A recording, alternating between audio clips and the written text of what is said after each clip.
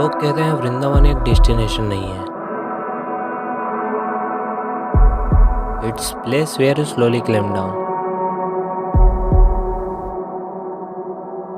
यहाँ आकर रश खत्म हो जाता है और चीज़ें थोड़ी क्लियर लगने लगती है।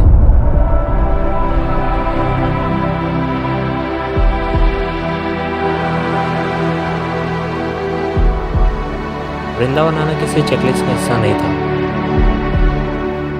ना कोई परफेक्ट प्लान, ना कोई एक्सेप्टेशन। बस मन था और हम सब चल दिए।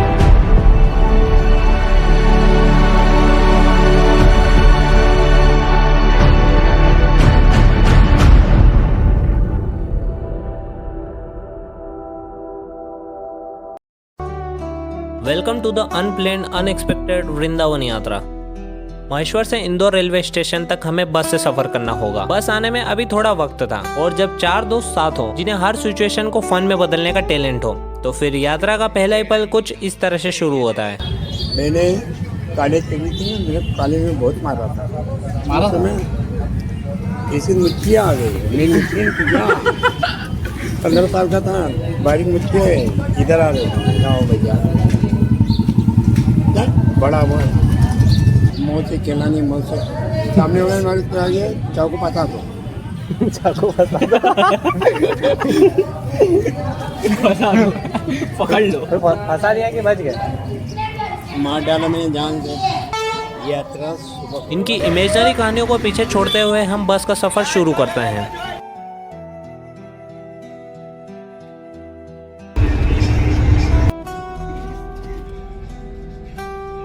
और लगभग शाम के 4 बजे हम रेलवे स्टेशन पहुंच जाते हैं। और जैसे ही हम अपने प्लेटफॉर्म पर पहुंचे, अनाउंसमेंट आई कि ट्रेन का प्लेटफॉर्म चेंज हो जाता है।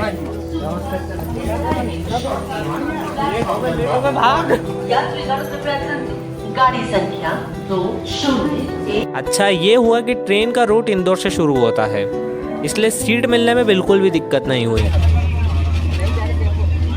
तो अभी हम ट्रेन में बैठ गए हैं, जनरल में बैठे हैं, 3rd स्टेशन से हम बैठे हैं और उसके बाद भी मेरे को सीट मिल गई। देखो सो के जा रहा हूँ एकदम फर्स्ट क्लास, और ये मेरा साथीदार एकदम बैठ के जा रही है।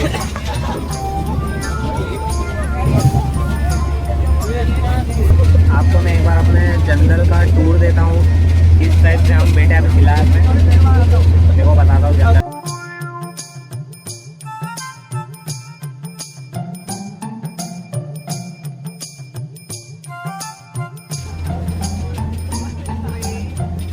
तो सफर चालू भी नहीं हुआ है, अभी तो सफर चालू भी नहीं हुआ है। अबे भाई सफर तो चालू नहीं हुआ है। अभिषेक भाई से भूख सहन नहीं हो पा रही है।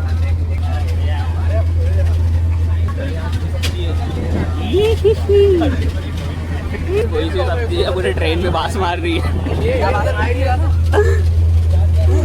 हम तो चटनी रोटी लेके आए, चटनी रोटी खाएंगे। अमीर लोग गोभी लेके आते हैं। देखो भाई, मैं तो सुबह से कुछ खाया था, इसलिए मेरे को भूख लगने लगी है और अब मैं खा रहा हूँ भाई गोभी। 10 बजे से लेके और अब शाम के 4 बज गए हैं और अब मैं खाना खा रहा हूँ। 3-4 घंटे लगातार बैठने के बाद नागदा जंक्शन पर ट्रेन 10 मिनट का एक ब्रेक लेती है, और ऐसे ब्रेक्स में गर्मा गर्म ब्रेड पकौड़े मिल जाए तो सफर की थकान कुछ देर के लिए बस खत्म हो जाती है। 10 मिनट के एक ब्रेक के बाद ट्रेन दोबारा चल पड़ती है। 12 से ट्रेन चालू हो गई है। क्या बोलना चाहता है? तुम कहाँ जा रहे हो?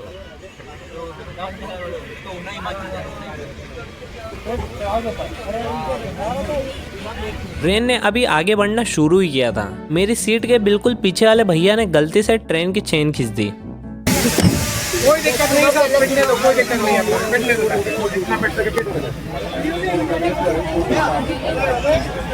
आप वहाँ बैठे हो, मैं तुम्हारे सामने इसमें घुसा हूँ, मैं फर्स्ट में आके नहीं देख लिया कि सके बोलिए।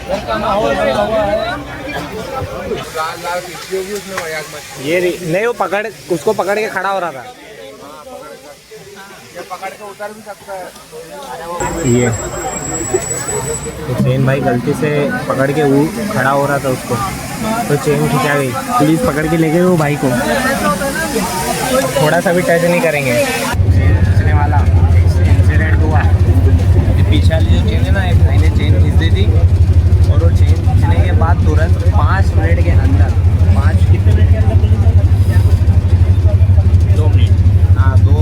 तो ज़्यादा बोल 2 मिनट के अंदर पुलिस आई थी और उसको भी लेके चले गई, और फिर उसको ठीक करा। उसको ठीक करना पड़ता है चेन। वो एक क्लिप है, बाकी तो मैं क्लिप लेना है, बोलूँ मेरा दिमाग ही नहीं काम कर रहा था ये क्या होगा। पुलिस आई, फिर उसके साथ 2-3 जने आए, तो माइक में पता नहीं क्या क्या किसको बुला रहे थे। वो उसका फाइन वाइन भी बनेगा, उसको भी लेगा, और उसके साथ जो भी आया था उसको भी लेके चले गए, सबको लेके चले गए भाई। और मेरे को तो है ना इसको चेन को देख देख के डर लग रहा है, ये चेन को देख देख के डर लग रहा है। और वो भाई को इतना मारा कि पता नहीं, मारा तो होगा, ज़्यादा मारा। उसको ट्रेन से उतार लिया, वो पता नहीं कहाँ जा रहा था, वो भी हमारे साथ मथुरा जा रहा था या फिर आगे और दिल्ली जा रहा था, उसको रास्ते में उतार लिया। तो भाई सीधा पकड़ के उठ रहा था। गलती आप भी कभी ना करें, क्या वो बहुत भारी पड़ता है। और वो पकड़ के उठ रहा था, तो वो बोलना कि उनको पता भी नहीं ये चेन होगी।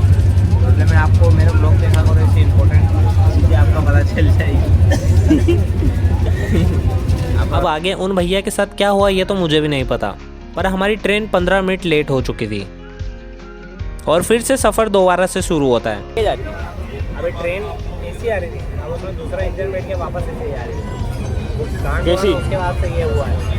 चेन खींचना, ये चेन मैं आपको पहले ही बता देता हूँ, ये चेन आती है। 9 से 10 घंटे के सफ़र के बाद रात के करीब 2 बजे हम अपनी फाइनल डेस्टिनेशन मथुरा जंक्शन पहुंचते हैं। ज़्यादा रुकने का वक्त नहीं था, मथुरा से सीधा वृंदावन की तरफ निकल पड़ते हैं।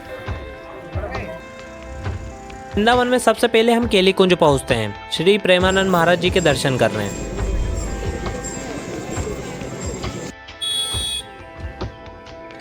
महाराज जी के आश्रम के बाहर 1-2 घंटे तक इंतजार करते रहे, लेकिन उनकी तबीयत ठीक ना होने की वजह से आज की पद यात्रा कैंसिल हो जाती है। सुबह लगभग 5 बजे थकान के साथ हम आराम के लिए रूम ढूंढने निकल पड़ते हैं। ये है ना, चले गलत काम करते हैं।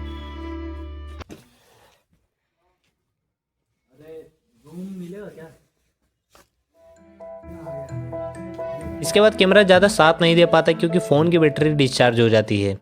सोए हुए हैं ये तो गाइस, पहले इनको उठा के देखते हैं।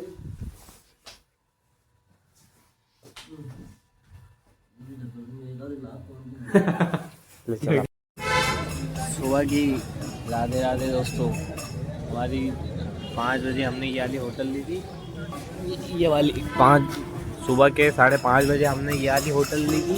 मतलब धर्मशाला है ये, 2-3 जगह देखी थी और रास्ते में हम रुके भी थे, लेकिन फिर हमने ये वाली सुंदरम भाई ये क्या कर रहा है, क्या कर रहा है,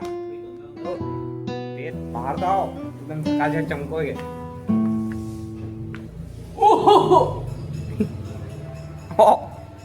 रातम रात कलर उड़ गया।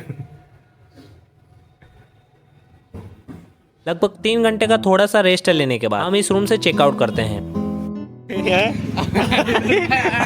बस ये वाले रूट पे चले जा रहे हैं हम, इधर वाले रूट पे, ये वाले रूट से हम आए थे और बस ये वाले रूट पे चले जा रहे हैं। ये टिर्रियों ने एक तो इतना आतंक मचा के रखा। फाइनली चेकआउट कर दिया। क्या कहाँ जाना है भैया?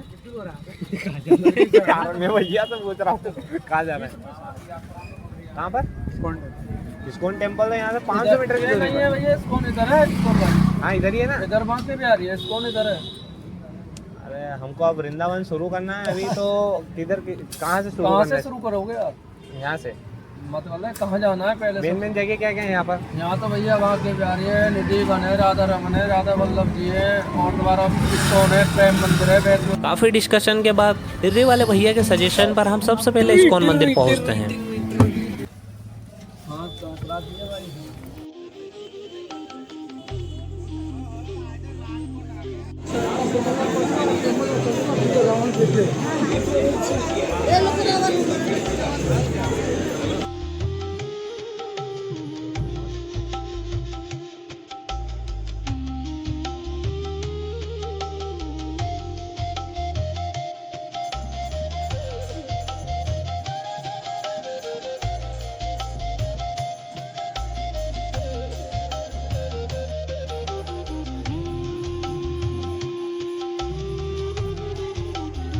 इस्कॉन मंदिर को मैंने सिर्फ रील्स में देखा था। मुझे लगा था ये एक नॉर्मल सा मंदिर ही होगा, लेकिन जैसे ही मैंने यहाँ अपना थोड़ा वक्त बिताया तभी समझ आ गया ये जगह नॉर्मल बिल्कुल भी नहीं है। वीडियो में देखा ना, इस्कॉन टेम्पल उससे कहीं गुना ज्यादा इतना सुंदर है और यहाँ की क्लीननेस का तो कोई जवाब नहीं। यहाँ की क्लीननेस, डिवोटीज का डिसिप्लिन और मंदिर के अंदर 3D आर्ट, जहाँ हर एक वॉल अपनी कहानी दर्शाती है। इतनी भीड़ होने के बाद यहाँ शोर बिल्कुल भी नहीं था। चारों तरफ सिर्फ एक ही आवाज सुनाई देती है।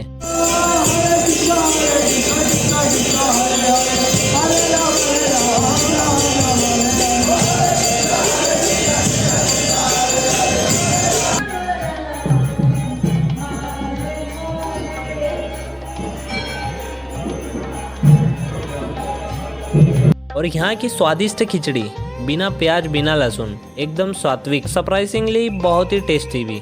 वृंदावन के नियम के मुताबिक 12 बजे के बाद सारे मंदिर के कपाट बंद हो जाते हैं। लगभग 1 घंटा इस्कॉन में बिताने के बाद हमें अपने नेक्स्ट मंदिर की तरफ निकलना पड़ता है। इस्कॉन से लगभग 400-500 मीटर पैदल चलते हुए हम प्रेम मंदिर पहुँचते हैं। प्रेम मंदिर के कपाट बंद ही होने वाले थे,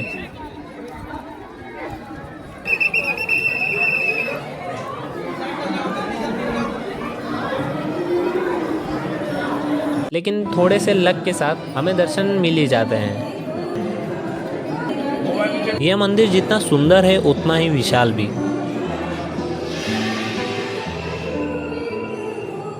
इसे घूमकर देखने में काफी वक्त लग जाता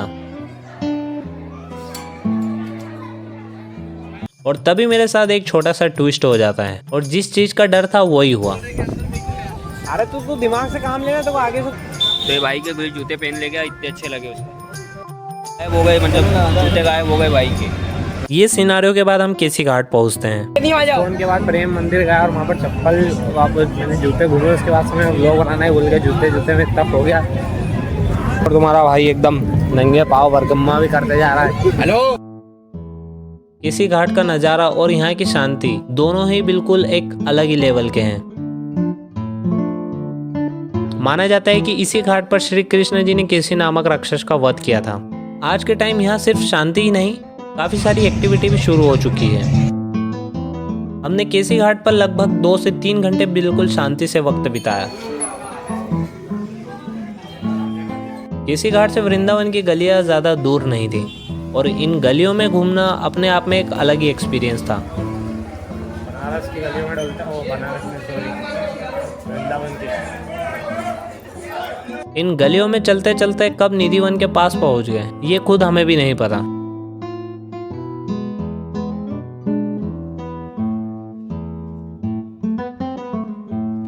निधिवन तक तो हम पहुंच गए। फाइनली मैं निधिवन आ चुका हूँ और निधिवन में भीड़ तो काफ़ी, लेकिन बंदरों का आतंक देखो पूरे एक इधर है, आधे उधर है, कोई पेड़ पर है। देखो अंदर लोगों ने वो फेंक दिया चाय वाय। लेकिन यहाँ की भीड़ इतनी ज्यादा थी कि हर तरफ से बस धक्का मुक्की चल रही थी।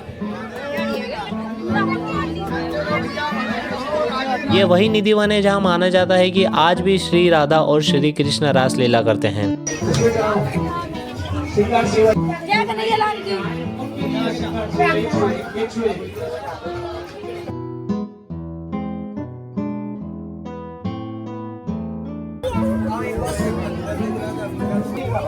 कुछ ऐसा नज़ारा है निधिवन का। पूरा पेक ही है निधिवन, तो बस एक छोटा सा रास्ता बना दिया निकलने के लिए।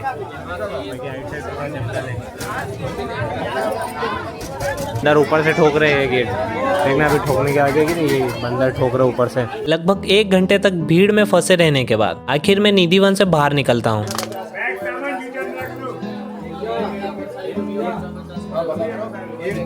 बाहर निकलने के बाद फिर से वृंदावन की गलियों में घूमते घूमते हम बांके बिहारी जी के दर्शन करने पहुंचते हैं। लगभग शाम के 4 बजे हम बांके बिहारी मंदिर पहुंचते हैं। मंदिर के कपाट कुछ ही देर में बस खुलने वाले थे। दर्शन तो अच्छे से हो गए, लेकिन कैमरा अलाउ नहीं था। वृंदावन को जितना भी हमने एक्सप्लोर किया, अंदर से लग रहा था बस यहीं पर रुक जाऊं, बट समहाउ लगता था ये ट्रिप गॉड प्लान थी, क्योंकि सिर्फ हम एक ही दिन में अपने घर वापस आ जाते हैं। आखिर में हमने राधा रमन जी की आरती अटेंड की। पैदल परिक्रमा चलने के बाद हम वापस लौट आते हैं फिर से मोह माया की दुनिया में।